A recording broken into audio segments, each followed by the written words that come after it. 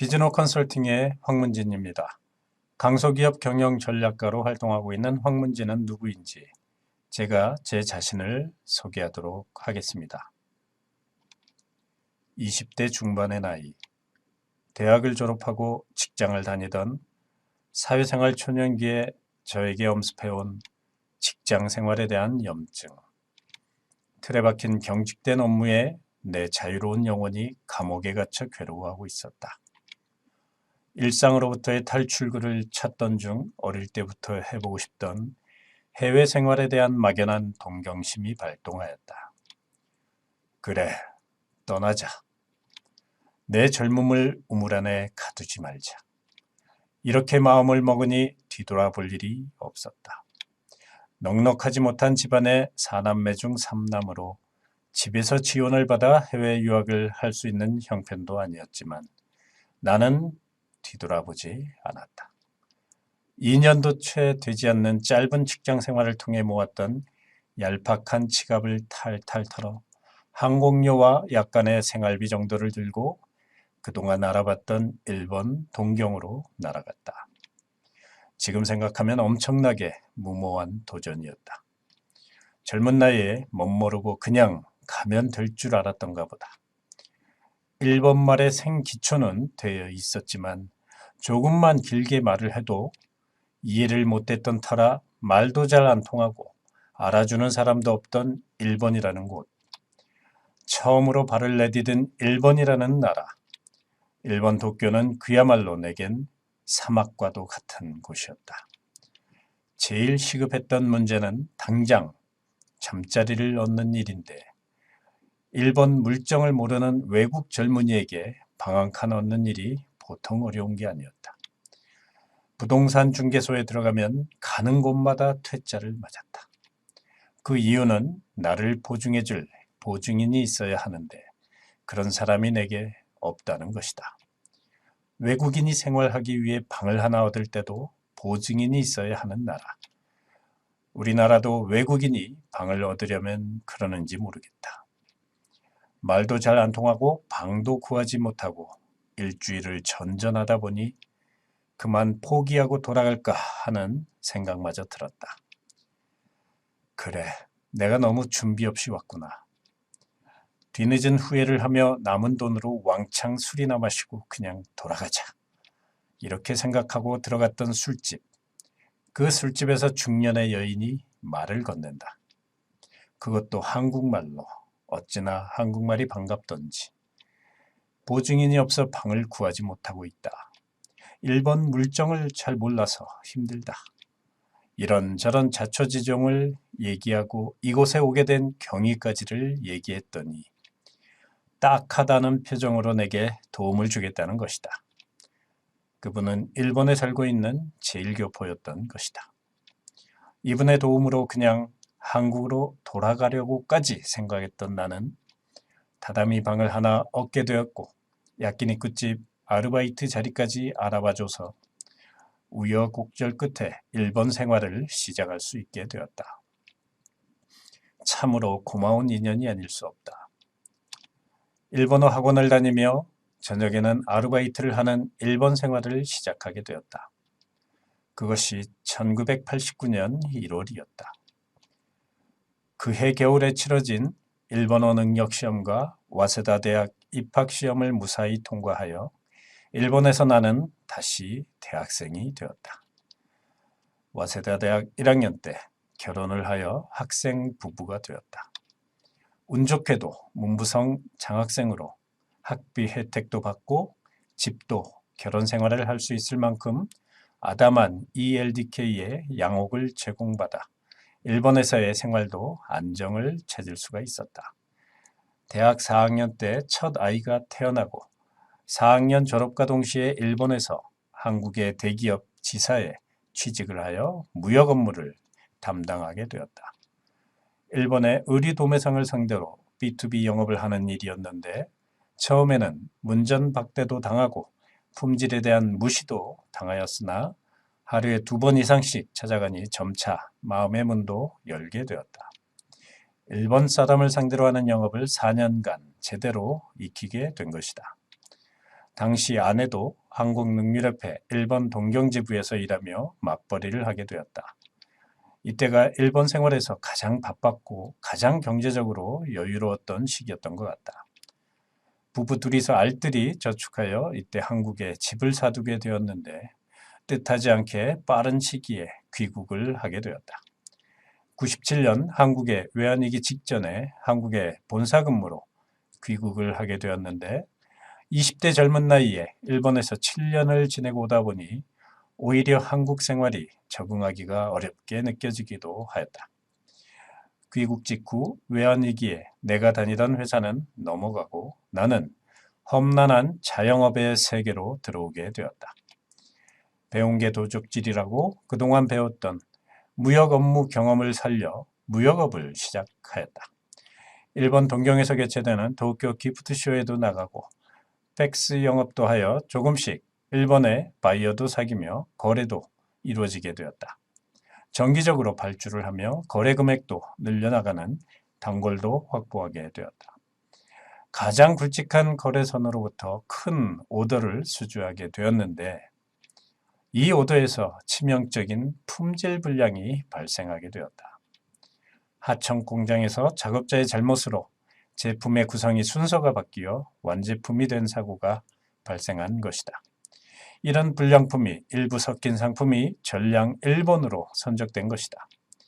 컨테이너 4대 분량의 선적 제품을 일본의 창고에 와서 전수 검품을 하여 납품하라는 지시가 떨어진다. 신뢰를 중시하는 일본의 거래 관행상 어떤 비용이 발생하더라도 처리를 해야 했다. 공장의 책임 회피와 바이어의 클레임으로 거래는 끊기고 그로 인해 나는 무역업계를 떠나게 된 것이다. 이 일을 통해 느낀 점은 생산관리 시스템이 구축되어야 한다는 것이다. 현장에서 작업자의 사소한 실수가 소비 현장에서는 엄청난 금액의 피해를 끼친다는 사실을 알고 사소한 실수가 범해지는 순간 작업이 자동으로 전기되는 시스템을 갖추어야 한다는 것이다. 하청업체의 책임을 돌리기도 했지만 최종적으로는 전체를 관리하지 못한 나의 책임을 느끼고 무역업계에서 은퇴를 하고 말았던 것이다. 이후 참으로 힘든 순간을 맞이하게 된다. 여유자금이 전혀 없는 상황에 무엇이든 해봐야겠다는 생각에 학교 다닐 때도 학비도 스스로 벌어서 다녔던 내가 부모에게서 돈을 빌려 식당을 차린 것이다. 삼계탕으로 대박을 내고 있던 대박집에서 일주일간 300만 원이라는 교육비를 내고 요리를 배웠다. 그러나 대박집의 맛을 흉내낸다고 모두가 대박집이 되는 것은 아니라는 것을 곧 깨닫게 된다. 여름철 삼복더위 기간에는 장사가 되는데 찬바람이 부는 시기에는 완전 팔이 날리는 아이템이었던 것이다. 매달 개념 없는 전단지를 뿌리고 고객의 내점을 기다렸으나 전단지 제작 비용만 날리는 참담한 결과를 맛본다. 당시의 마케팅 개념이라고는 전혀 없었던 상황인지라 전단지를 뿌리면 고객이 올 거라는 막연한 기대를 했었던 것이다. 지금 뒤돌아가 보면 이미지 위주의 종이 쓰레기를 만들어 놓고 고객의 반응을 기대했었구나 느끼며 씁쓸해진다. 어찌되었건 매장을 활성화시켜보고자 매달 전단지를 제작 배포하여 부담이 되면서도 광고비를 아끼지 않았다. 그러나 2년 만에 더 이상 식당 운영을 할 수 없을 정도로 매출 부진에 시달리다 식당 문을 닫게 된다. 이렇게 일본에서 귀국하여 2번의 사업 실패를 겪으며 방황의 시기를 갖게 되었다. 당시의 심리 상태는 극도로 불안하였고 내게 다시는 기회라는 것이 올 것 같지 않은 절망감도 맛보았다. 고민 끝에 다시 일본으로 돌아가서 재기를 할까 하는 마음으로 일본으로 지인들을 찾아가게 된다. 궁하면 통한다고 하였던가. 무역을 통해 알고 지내던 포레스트 출판의 오오타 히로시 사장과 동경의 한 이자카야에서 술을 한잔하면서 나의 심경을 토로한 적이 있다. 그랬더니 오오타 히로시 사장으로부터 실패는 성공의 어머니라는 말과 함께 좌절을 겪고 나서 성공을 쟁취한 성공 사례와 비즈니스 필승 전략서라는 란체스터 전략 책을 선물 받게 되었다.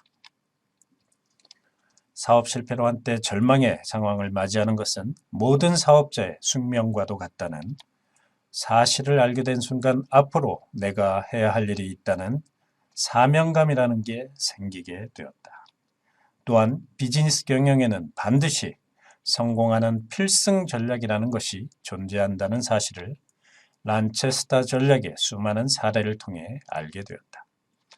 이때부터 나는 다시 태어난 듯 전혀 새로운 인생을 살게 되는 계기를 맞이하게 된다. 황문진. 2번의 사업 실패로 모든 것을 잃었다고 생각했지만 그 모든 것을 버렸기에 새로운 인생을 살 수 있으리라 생각하게 되었다. 그 전에 하던 일이 어설프게 조금씩 되어서 간신히 연명을 하였다면 아마도 지금의 나는 존재하지 않았을 것이다. 나의 실패의 경험은 나를 성공으로 안내하는 사람이 되게 하는 촉매제가 되었다. 나는 성공하고자 절실히 노력하는 사람들의 성공의 통로가 되리라고 이때 다짐을 하게 된 것이다. 어둠이 있어야 빛은 더 강하게 빛난다. 실패를 해봤기에 무엇이 필요한지를 알 수가 있다. 삶의 목적이 명확해지니 다시 에너지가 생김을 느낀다.